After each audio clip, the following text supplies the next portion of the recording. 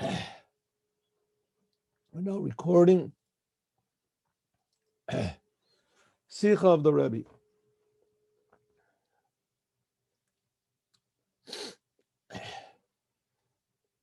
This is a continuation of what we were learning about in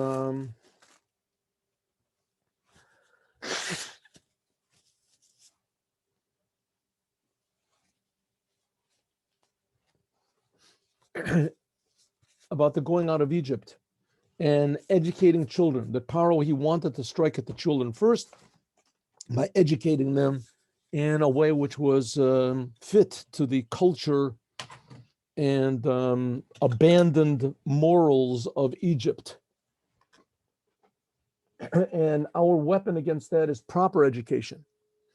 And then the Rebbe finally said, remember that was how we ended up yesterday. The first commandment of the Torah is Pru Ravu, that one Jew must make another Jew, not only with the children, but also every Jew that you see, you have to try as much as you can to draw this person to become more positive and active in the Torah and the commandments and the creator of the universe.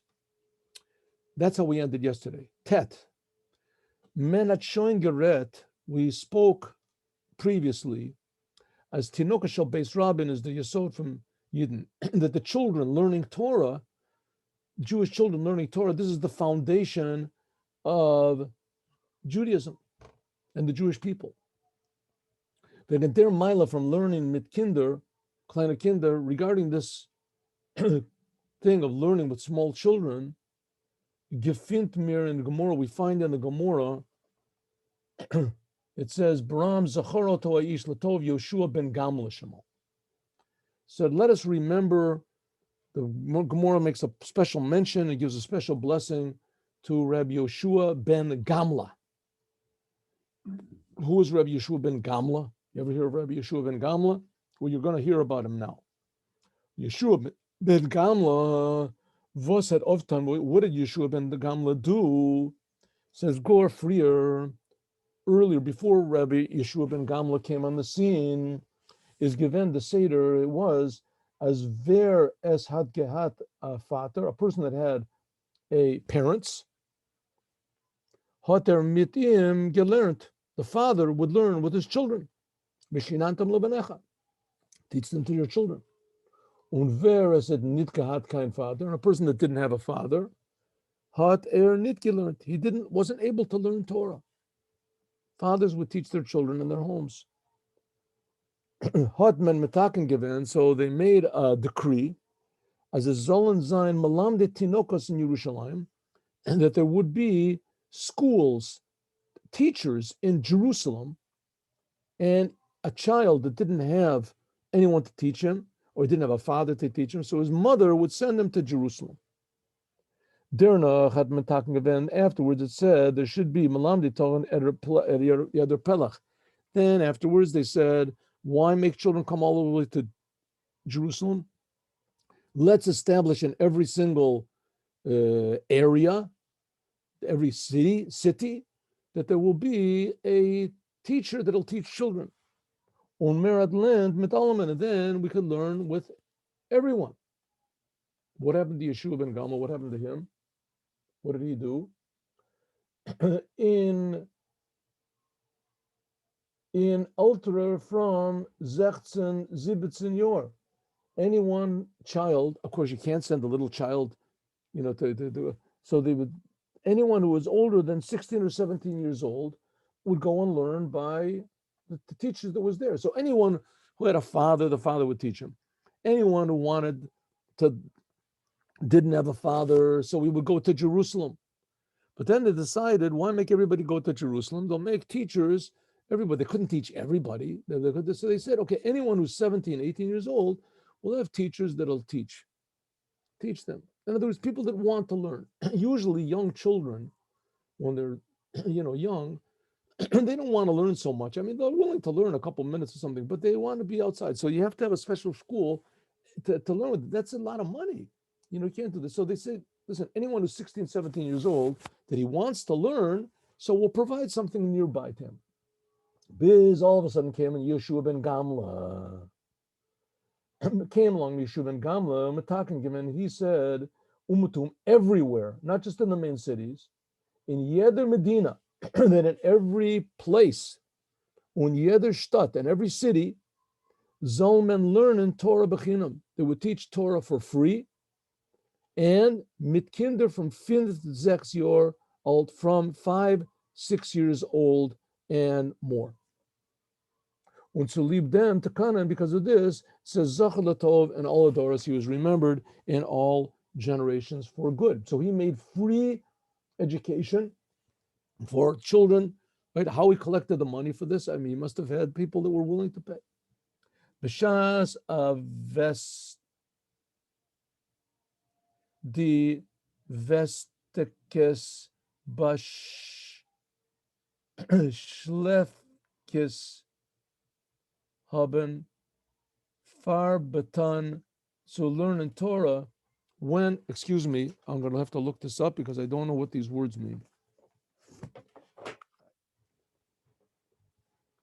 Don't suspect me that I didn't learn this Sicha. I did learn the Sicha, but I learned the Sicha in Hebrew, and exactly how these words come down into English, excuse me.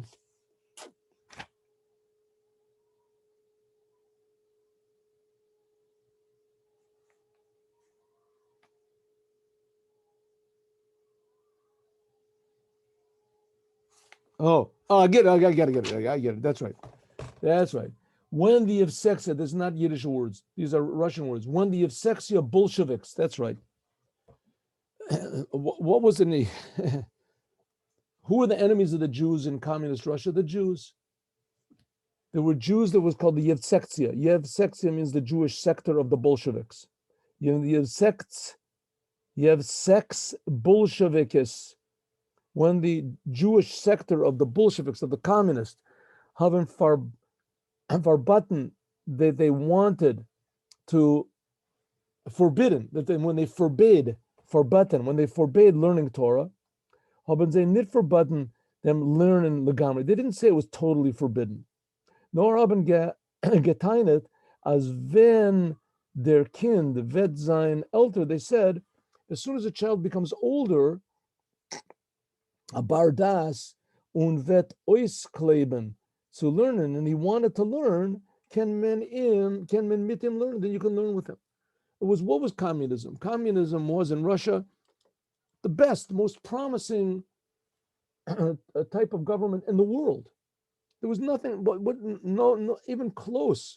The promises and the ideas and the slogans of communism were so just beautiful, the most beautiful, maybe of any system that ever existed.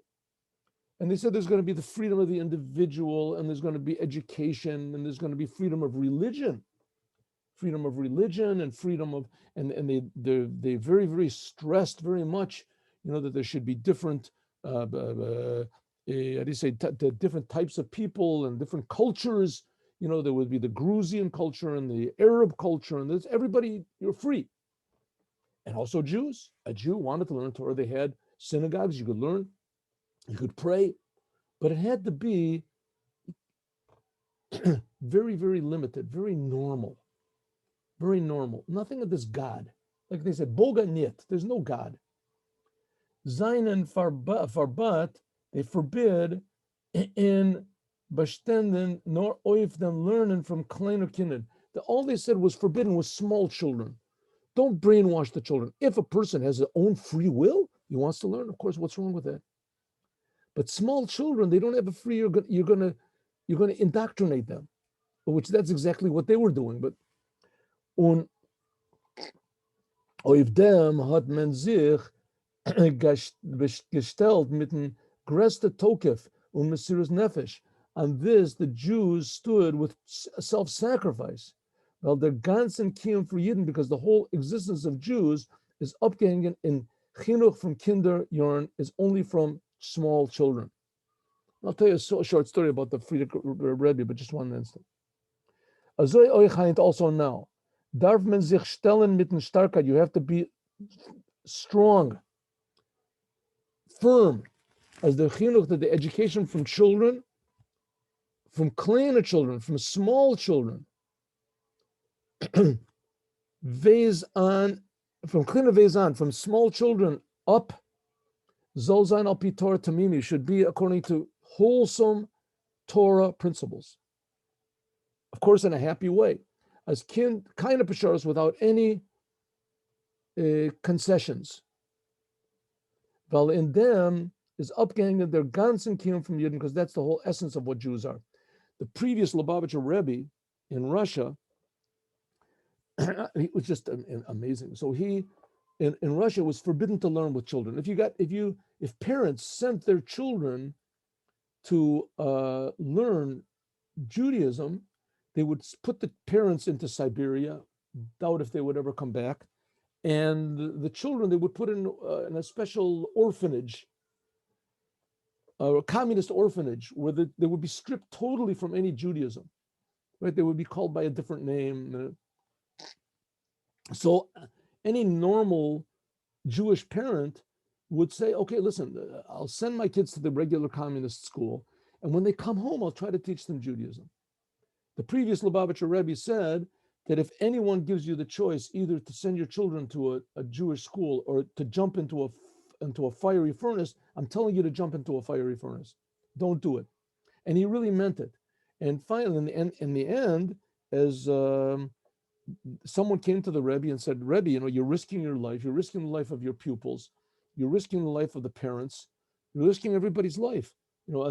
It's against the Torah. You're supposed to risk your life only for three things. It says here for idolatry and for not to murder somebody.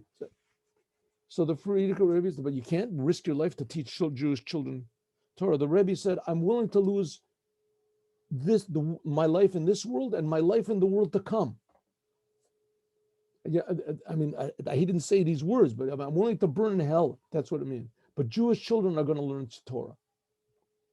I'm willing to lose my life in this world, which that he saw that was all around him, and to lose my life in the world to come. But Jewish children are going to learn Torah. Now, that you have to be totally self-sacrificing, physically and spiritually. The children should leave Torah. So, Dim de Groisa, because of this importance of children, is yeder einer, that each one which can help in this and educating Jewish children properly, therefore Haravan, he has to make a special effort, like it says, Amalenu. Remember, that's what we said yesterday. Amalenu, that his teaching has to be with effort, like we're learning in the Mimer in the morning. No, it's very easy to say, but to actually do it is, it's another level of insane craziness to throw yourself in to do this. To actually do it. It's like going into war. To write a book about war is one thing. To go actually into a battle, it takes work. Mitzayin geld, you have to help with your money, with dein goof, with your body, with your soul. To fargresser, in order to increase proper learning of Torah. Faran, there are some people which make all sorts of cheshbonos. They make all sorts of calculations. Was does is nit for zer zayin kavod. They say, listen, it's a good idea. These things are very nice, but it's not according to my, how do you say, my status. I have to deal with higher things. Learning mit kinder, aleph base, but I'm going to give my money just that the children will learn aleph base. Can a pashatu, even a simple person can do this. No, I'll give a little bit of money, but certainly not going to go and teach children Torah. Reden wegen Geld auf a cheder when a yeshiva is shaykh to a meshuleach, nit zu im, azoy weiter. He says, send somebody, a money collector, he'll collect money. I'm not going to go in. Zok minim, you can say, I don't want to devote my money to this. I'll devote my money to like a big building or something important, but to teach children Torah.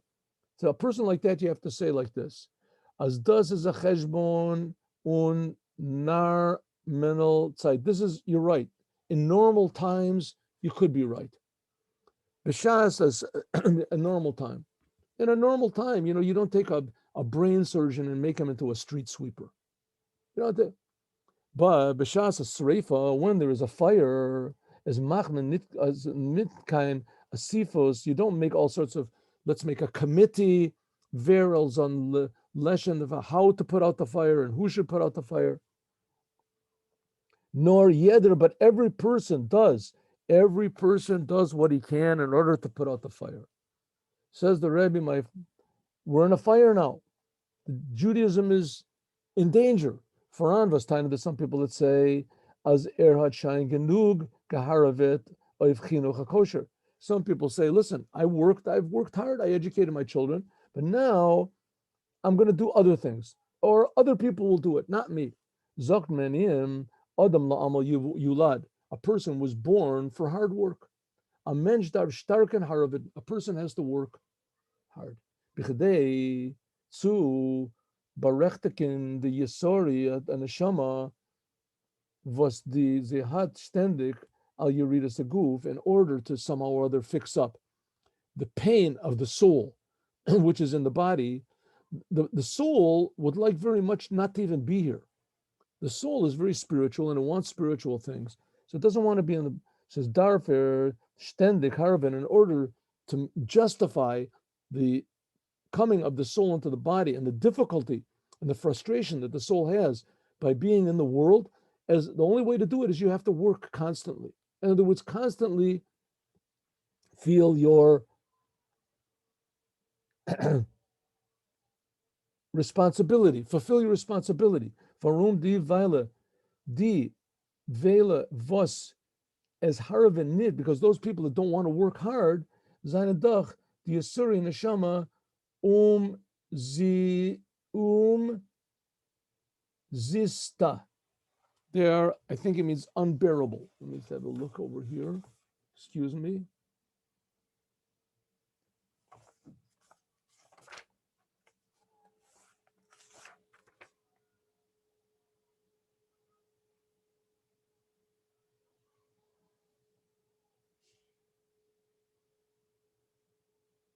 Umzis, I see. I see, I'm sorry. Umzis means for free, for nothing. Umzis, he says, God took all the trouble to put your soul into the body, right? Put the soul into the body. Why is he doing that? In order that you'll fix the world up, make the world a better place, strengthen Judaism. A person that doesn't want to do it, so it ends up that all the pain and the difficulty that the soul has by being put into the world and forced into the body, that the whole thing was for nothing. Umzitz means for nothing.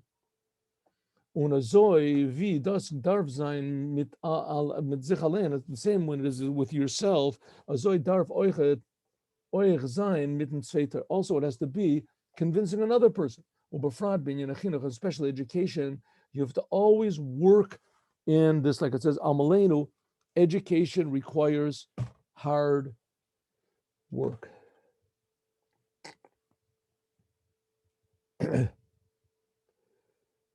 In Siyum from Heintiger, this was a Sichot that the Rebbe made in Shushan Purim in 1954.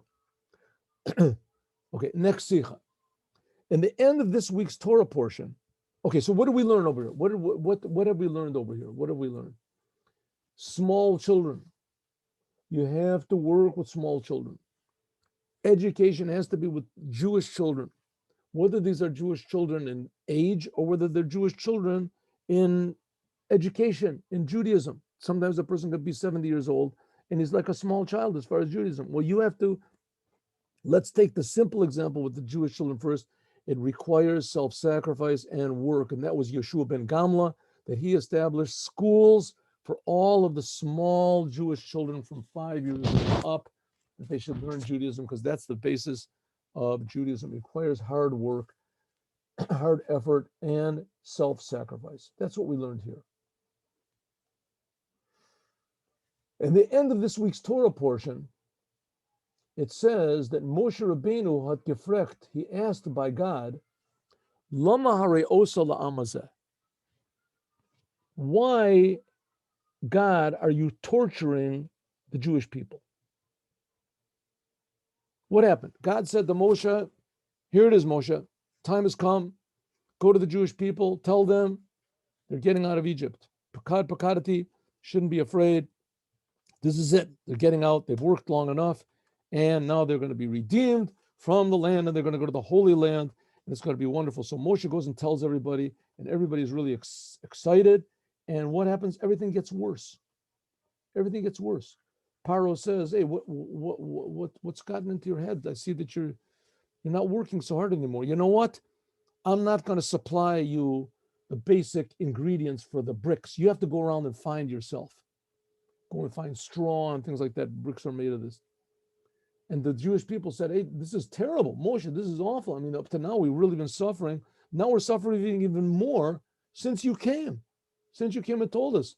Maybe just, leave us alone." So Moshe goes back to God, says, "God, what's happening? Why are you making these Jews suffer? I mean, what did they do? They didn't do anything wrong. They were born in Egypt. This is like the 4th year in Egypt. They didn't do any sins, and because of that, they're being put into Egypt. They didn't do something wrong. They didn't. They weren't even a people. They were born here in Egypt in slavery. Their parents were slaves and their grandparents were slaves. Why are you making them? Why are you torturing them? Onoiv them hot.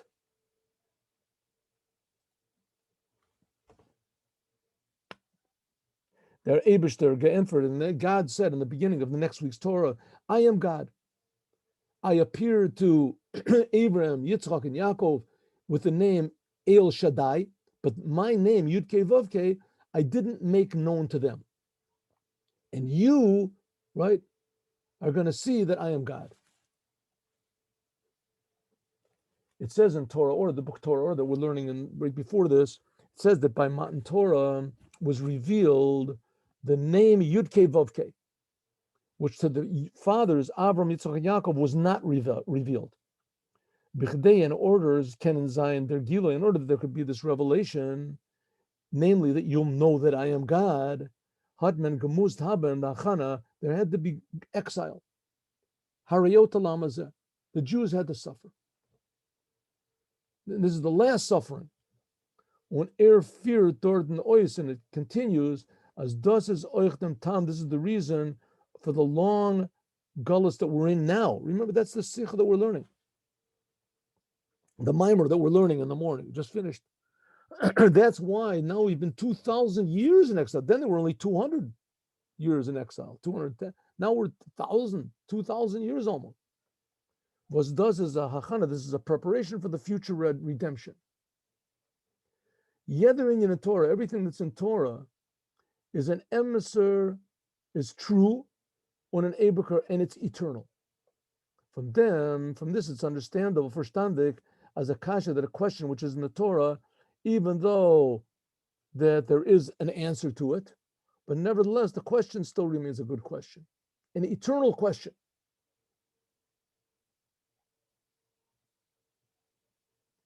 Like the previous Lubavitcher Rebbe once said in a get-together, gathering that he made in the holiday of Shavuot. Says Vegan Dem Kasha, which is a known question when Torah Chasidut, why is the holiday of Simchat Torah, Nit Kavoch, Simchat Torah, why is the holiday of Simchat Torah, the joy of the Torah, which is a holiday that's tacked on to the end of Sukkot? Sukkot is 7 days, right? That's it. The holiday of Sukkot is 7 days. And afterwards, there's tacked on this holiday, which is called Shmini Atzeret and Simchat Torah. It's the joy of the Torah. What's the joy of the Torah got to do with Sukkot? The question is, why didn't they put Simchat Torah next to the holiday of Shavuot when we received the Torah? Zman Man Toratenu, that's the time when we got the Torah. As we both, even though the question is state in Torah, there's a question in the Torah, is a gam, as is Faranoif there, even though there's an answer, but nevertheless, even after the answer, and after all, a question is a question in the Torah. Everything that's in the Torah is eternal. So maybe Simchat Torah should be near the holiday of Shavuot, which is like, a half a year afterward. So also, in other words, a question in the Torah, even though there's a wonderful answer, and it's a good answer, but nevertheless, if it's anything that's in the Torah, is eternal. So the question remains a question. The same thing is also here. because Moshe asked the question, and this is a question that Moshe himself asked, why are you making the Jews suffer? Lama Resa is in Torah. So also, even after God gave him the answer, Va'era, the question still remains. And we can ask it now. God, why are you making the Jewish people suffer? Exactly what's the problem here? I mean, you can do anything you want to. Why should the Jews suffer so much? I mean, what do you want from them? You have all these Jews that left the Torah, that are against the Torah, they hate the Torah. How can you blame them? After what we went through with the Holocaust and the communists and the suffering, and even without those things, the temptations from the world, like we said, the confusion of the world, right? And you want people to do Torah and commandments. Very difficult. And not only that, there were big giants in Torah. There was Elisha ben Avua and these people, the Yerovim ben Nevat. They knew the whole Torah, and they left the Torah. What do you want from us? We're like peanuts. We know nothing. So the question is a question. Why are you torturing the Jews? I know from the time, and one of the reasons for this is Hagam and Darf Taka Haben, then Shibura Golos. One of the answers is, even though it's true, but we still ask the question, even though it's true that we have to have the exile, like we said before, and this exile that we have, this is a preparation for the wonderful revelation that's going to be in the future, the Moshiach, right? So that answers the question, right? It says not 100%. From deswegen, nevertheless, can men doch dem aber oisbeten. Nevertheless, we can still, God could have exchanged it. Or if in Geistikachibud, instead of making that everybody had to suffer for 2,000 years in the Torah, make it every Jew should stub his toe. You can do anything you want, God, right? Every Jew should misplace his car keys, right? You can make that'll be this, and then you'll find them after a day or something like that. You had to make it the Jew. There's Holocaust and there's pogroms. We are declared, like it says in Torah, or all the details of Moruat Chayehem, Kasha, Chomer Belavenim, all the work in the field in spiritual. We didn't get to this in the previous mimer, but it says all the work in the field is talking about fixing up your character, your emotions, anger, lust, desire, jealousy, depression. It says we have to do all those things now. Moruat Chayim, this is the Torah. Avodah Kasha, this is the questions, Quisha. Chomer is Chomer Kal v'Chomer, right? That's what we learn. All the work on the Sada, that's called the Breita. Belavenim, this is Libun Hilchasa. You have to look over there. That's the mimer we just finished learning. So if so, the whole thing, right? If God could exchange the hard work we did in Egypt for learning Torah, so why not do the same thing now? Make, instead of Hitler standing over everybody, we could make it that somebody just stood up and said, okay, all the Jews, I want you all to turn off your lights in the house in the nighttime. Make something simple, right? You have to give twice as much charity as you used to give. God can do it. If God changed the hard work in Egypt for learning Torah, so why not do it last 2,000 years? Why do they have to be all these expulsions and crusades and inquisition? Azoivi, thus is Galus, just like it is in exile, Kenmen, Oisbeden, just we could exchange it for spiritual things. Azoy, also the work for making a living, which this is really the big thing of Galus, is how to provide for ourselves. Kenmen Umbaiten Oiv Yagia Vetirda in Torah. Why is it most of these non-religious Jews become non-religious? Because you want to get along, you want to have friends, you want to get along with the non-Jews, you don't want to spend all your time learning Torah, you want to make money. Their ikar from tirda of parnasa, the main thing of having problems in making a livelihood, this is because we have too many thoughts. People have too many worries, they make it up themselves. Biz as er vil weit nit zei zu tun. The person gets so confused, he doesn't know what to do. Ken men das oinbeten from Yagia v'tirdas and Torah. You can exchange it from learning Torah. Zal sich meinen in Miyageh and Torah. Work hard in Torah. Instead of working hard to make a living, you could make a living, good a bit, but the main effort should be put into learning Torah and doing the commandments. You say, what am I going to get out of it? He says, listen, God will take care of. God creates you. He's keeping you alive. God provides for 8 billion people. How many people are there in the world? 9 billion people. He provided for all those people. He can provide for you also. Biz as bayim vet veren a sakana a svora lakan or svora lakan un ves nit kennen machria sein was das is mein miagea umatrid bioter. A person should learn Torah until finally he'll say, listen, all of my efforts and all of my doubts and my problems are going to be in the Torah, right? Sometimes it's even harder to learn the Torah than it is learning and working in a regular job. And I'll finish this, but I want to just say it here. The Rogatchover Gaon, there was an amazing person, he just like 100 years ago or something, he passed away, maybe less. And he was an amazing genius mind. There's just nothing and similar to him. And if you read his books, I mean, they're very hard to read because he asks a question and then he just brings, look here, look there, look at the Tosfos, look in this region, look in this, and he has a whole list of like hundreds and hundreds of people that he, the Rebbe and him, they were very close in a lot of ways. I understand the Rebbe has smicha from him. In any case, he said that Shabbos is the hardest day for him. Why? Because usually he would write his ideas down, and that would sort of calm his mind down a little bit. But on Shabbat, it's forbidden to work. So his mind would be going, right? He would have an idea, and then he would have another idea, and then a counter idea, and then he would explain that idea, and then there would be a question on that, and then he would answer it from someone else. His mind was just racing around. It was going so fast that Shabbos, it says, was a very difficult day for him because he couldn't write down, and that would sort of limit his thoughts a little bit. So therefore, we can see that you can actually exchange. We're not talking about psychologically. We're talking you can exchange the efforts that you put into the world and the confusion that there is in the world. You can exchange it for putting effort and having confusion in understanding ideas of the Torah. And that will take the place and it will bring an equal blessing. We're going to explain what this exactly has to do with us tomorrow, God willing. Let us learn a little bit of Yom Yom. This is the Yom Yom of today.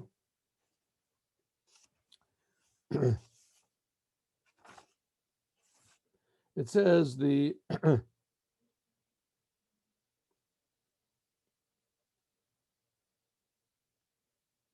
the Rebbe, we're talking about the previous Rebbe. He met someone, he happened to come across someone that was carrying water. They used to have water carriers.